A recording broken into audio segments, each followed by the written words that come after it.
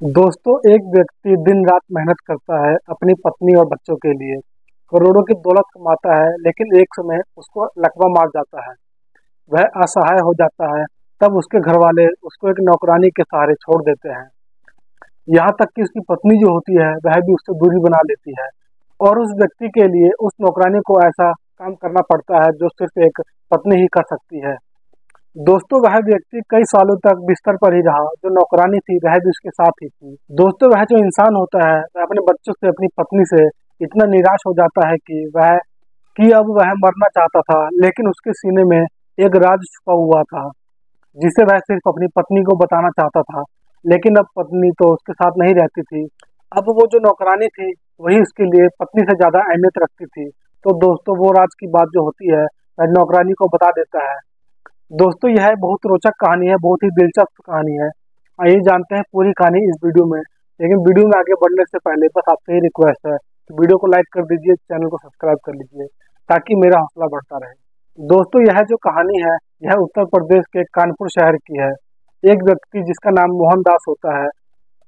सारी उम्र उसने बेइंतहा पैसा कमाया, दिन रात मेहनत करते थे।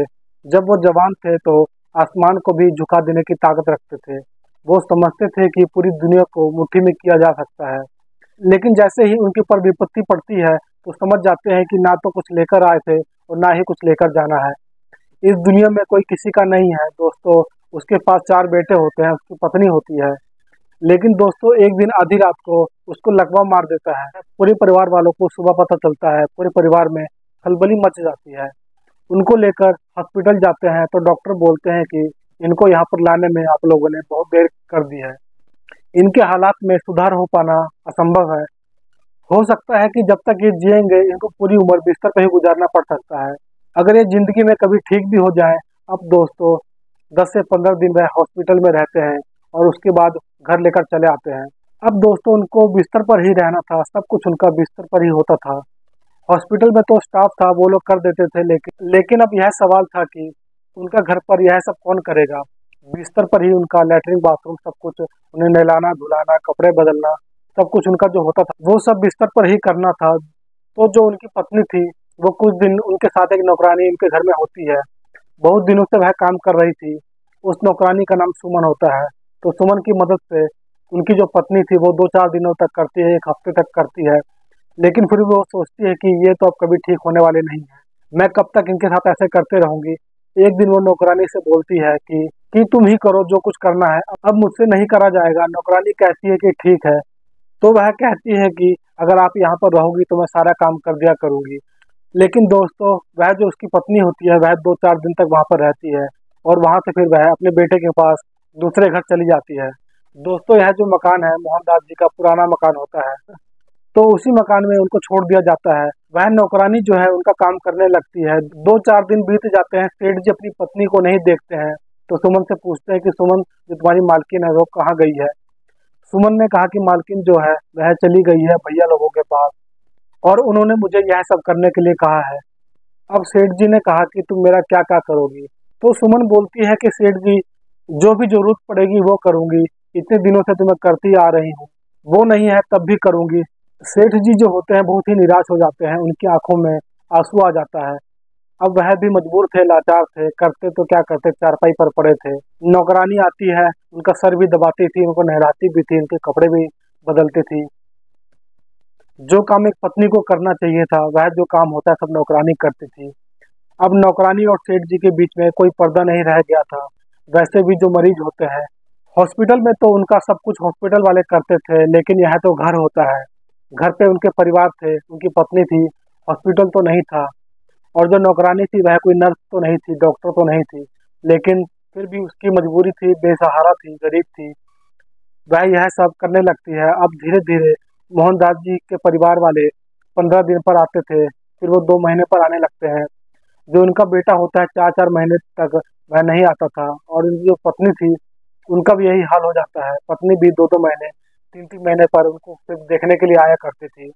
अब नौकरानी का जो घर होता है वहां से 3 किलोमीटर दूर था। लेकिन जब उसने देखा कि सेठ जी को आधा घंटा भी अकेले नहीं छोड़ा जा सकता, तो वह वहां से उस घर को छोड़ देती है और सेठ जी के घर के बगल में एक कमरा ले लेती है। वो यहाँ पर आकर रहने लगती है। उसके पास दो बच्चे भी होते हैं, वह अपने बच्चों के साथ साथ वाले बगल के घर में रहने लगती है। लेकिन वहाँ क्या रहती थी, 24 घंटे वह यहीं पर पड़ी रहती थी। उसके जो बच्चे थे जरूर उस घर में रहते थे। कभी कभार जाती थी, उनको देखकर वापस चली आती थी। खाना जो है यहीं पर बनाती थी और वो जाकर अपने बच्चों को दे आती थी।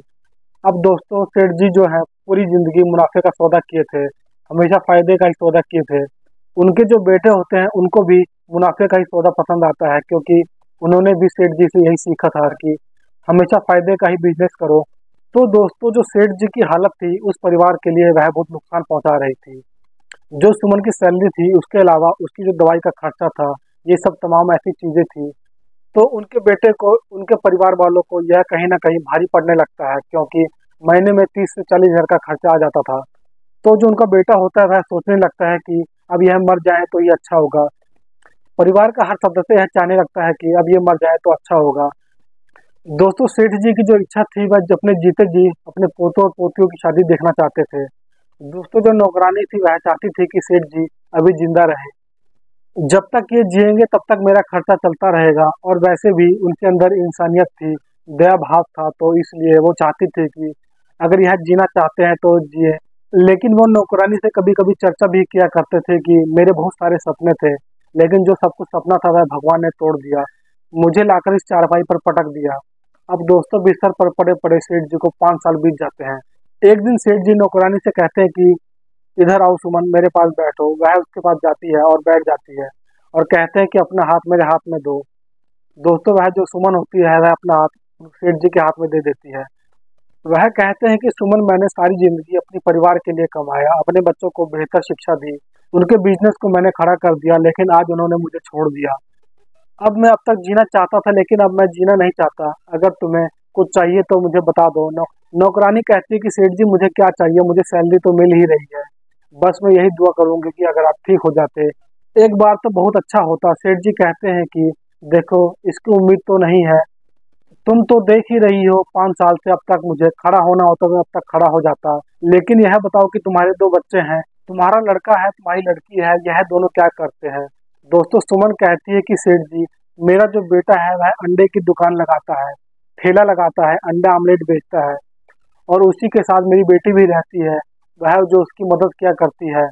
अब सेठ जी जब यह बात सुनते हैं बहुत निराश हो जाते हैं, उसके हाथ को अपने हाथ में पकड़ लेते हैं और कहते हैं कि देखो देखो, एक पति की पत्नी सब कुछ होती है, लेकिन अब वह मेरे साथ नहीं रहती है, 2-3 महीने में एक बार आती है।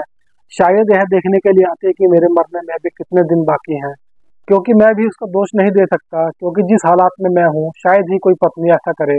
तो उसका क्या दोष है, उसका कोई दोष नहीं है, उसको कोई दोष नहीं दूंगा। लेकिन मेरे पास कुछ ऐसा है कि मैं चाहता हूँ कि जब मैं बूढ़ा हो जाऊं और मेरी औलाद में, क्योंकि मैंने सारी दुनिया देखी हुई है, कोई किसी का नहीं होता है, तो कहीं ना कहीं मैं ये सोचता था कि मेरी औलाद में अगर कोई मुझे नहीं होगा तो मैं उनके लिए मैंने कुछ इंतजाम करके रखा हुआ था। मेरे बैंक में कुछ पैसे पड़े हुए हैं और कुछ मैंने सोना रखा हुआ है लॉकर में, क्योंकि जब मेरे मित्र लोग सोने में इन्वेस्टमेंट कर रहे थे, पैसे लगा रहे थे, तो मैंने भी लगा दिया था। उन उसको मैंने कहीं रख दिया था अपने इन्हीं दिनों के लिए। शायद भगवान ने मेरे अंदर बुद्धि दी थी कि मुझे यह दिन देखना पड़ेगा, इसलिए मैंने रख दिया था। लेकिन अब मेरी पत्नी भी मेरे साथ नहीं है, मेरे बच्चे तो हैं ही नहीं, तो मैं चाहता हूँ कि यह सब जो है मैं तुम्हें दे दूँ, और तुम जो है मेरा इतना काम कर रही हो, तुम भी जाओ अपनी दुनिया देखो। मैं अब जीना नहीं चाहता, तुम मुझे छोड़ दो। 2 हफ्ते 10 दिन के अंदर मैं ऐसे ही मर जाऊंगा, तो क्या फायदा इस तरीके से जीने का। नौकरानी जो है वह हाथ पकड़ कर रोने लगती है, तो कहती है कि सेठ जी आप मरने की बात मत किया करो, रही बात कुछ देने लेने की तो हर किसी की इच्छा होती है, आपके घर में धन दौलत की किसी चीज की कोई कमी नहीं है, अगर आप उसमें से थोड़ा दे देंगे तो मुझे बहुत खुशी होगी। लेकिन जहां तक का सवाल है कि बहुत सारे पैसे की दौलत वह मुझे नहीं चाहिए, बस मुझे 1 लाख 2 लाख अगर आप दे देंगे तो मैं अपने बेटे के लिए एक अच्छी सी दुकान खुलवा दूंगी। तो सेठ जी बोलते हैं कि ठीक है, एक दिन मुझे बैंक ले चलने का इंतजाम करो, कोई जान ना पाए। अब दोस्तों एक दिन जो उसका बेटा होता है वह उसको बुलाती है। अब दोस्तों बेटा जो होता है घर में आता रहता था, तो एक दिन जो उसका बेटा, उसकी बेटी और जो सुमन होती है वह तीनों मिलकर सेठ जी को बैंक लेकर चले जाते हैं, जहां पर दोस्तों मोहनदास जी ने 15 साल पहले 20 लाख रुपए जमा कर रखे थे, अब वह बढ़कर 40 लाख रुपए हो जाते हैं। उसके अलावा उन्होंने 1 किलो गोल्ड भी रखा हुआ था।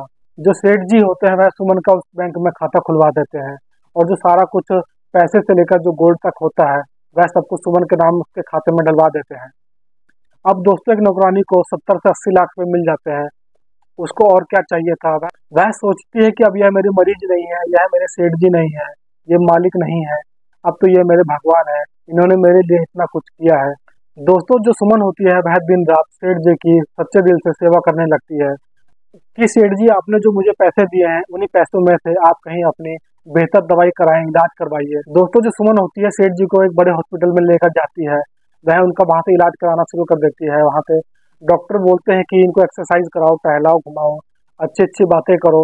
दोस्तों जो सुमन के पास पैसे होते हैं उनमें से वह 2-4 लाख रुपए सेठ जी के ऊपर खर्च कर देती है। अच्छे से अच्छे डॉक्टर को दिखाने लगती है, उनकी एक्सरसाइज करवाती है और दोस्तों 1 साल के अंदर अंदर वह चारपाई से उतरकर खड़े हो जाते हैं। 1 साल का और वक्त बीतता है, वह बैसाखी लेकर चलने लगते हैं और 1 साल का और वक्त बीतता है, वह लगभग 50% ठीक हो जाते हैं। उनकी जो जिंदगी होती है थोड़ी सी बेहतर हो जाती है। अब दोस्तों परिवार वालों ने उम्मीद छोड़ दी थी कि अब ये ठीक होंगे। वो यही सोचते थे कि एक दिन वो मर जाएंगे और नौकरानी हमें सूचना दे देगी और हम लोग आएंगे, उनका क्रियाक्रम कर देंगे। यही वो 100% सोच के रखे हुए थे। लेकिन सेठ जी जब ठीक हो जाते हैं उनको कोई खास फर्क नहीं पड़ता है। यह बात और है कि जो वहां पर आना जा उनकी जो पत्नी है वहां पर आने जाने लगती है। अब सेठ जी जो होते हैं पूरी जिंदगी उन्होंने स्क्रैप का काम किया था, उन्हें स्क्रैप की ज्यादा नॉलेज थी। जो सुमन का लड़का होता है वह उसके लिए दुकान खुलवाना चाहते थे। परिवार वाले इसका विरोध करने लगते हैं कि ऐसी क्या पड़ी है, तो वह पैसे तो लेती थी, तनख्वाह तो लेती थी। लेकिन दोस्तों उनको यह नहीं पता था कि सेठ जी के लिए उन लोगों ने क्या किया है और उन्होंने सेठ जी के लिए क्या किया है। दोस्तों अब वह सेठ जी होते हैं उस लड़के के लिए दुकान खुलवा देते हैं। वह लड़का भी कमाने खाने लगता है। उसके बच्चे जो हैं वह 2-4 महीने में आते थे। लेकिन वह लड़का जो था वह हफ्ते 10 दिन में वहां पर आया करता था, सेठ जी से हालचाल पूछता था। सेठ जी को बहुत अच्छा लगता था। सेठ जी से कहता था कि सेठ जी हम आपके हमेशा ऋणी रहेंगे। दोस्तों 2010 में उनको लकवा मारा था। 2019 में वो अपने पैरों पर खड़े हुए और आज भी 65 साल की उम्र में वह स्वस्थ है। जो नौकरानी होती है वह आज भी इनकी उसी तरह से सेवा करती रहती है। वो उनकी पत्नी और सुमन उनके साथ ही रहते हैं और जो सुमन होती है वह उन दोनों की देखभाल करती है। सुमन का जो लड़का होता है वह भी अच्छे पैसे कमाता है और जो सुमन होती है उसकी जिंदगी संवर जाती है और जो उसके बच्चे होते हैं उनका भविष्य बन जाता है और अच्छा खासा पैसा कमाते हैं और अपनी जिंदगी खुशी खुशी जीते हैं। दोस्तों यह रही कहानी आप लोगों के सामने। आप लोगों को कैसी लगी कमेंट करके जरूर बताइए। जरा सी भी अच्छी लगी हो तो वीडियो को लाइक कर दीजिए, चैनल को सब्सक्राइब कर लीजिए ताकि मेरा हौसला बढ़ता रहे। मिलते हैं अगली वीडियो में।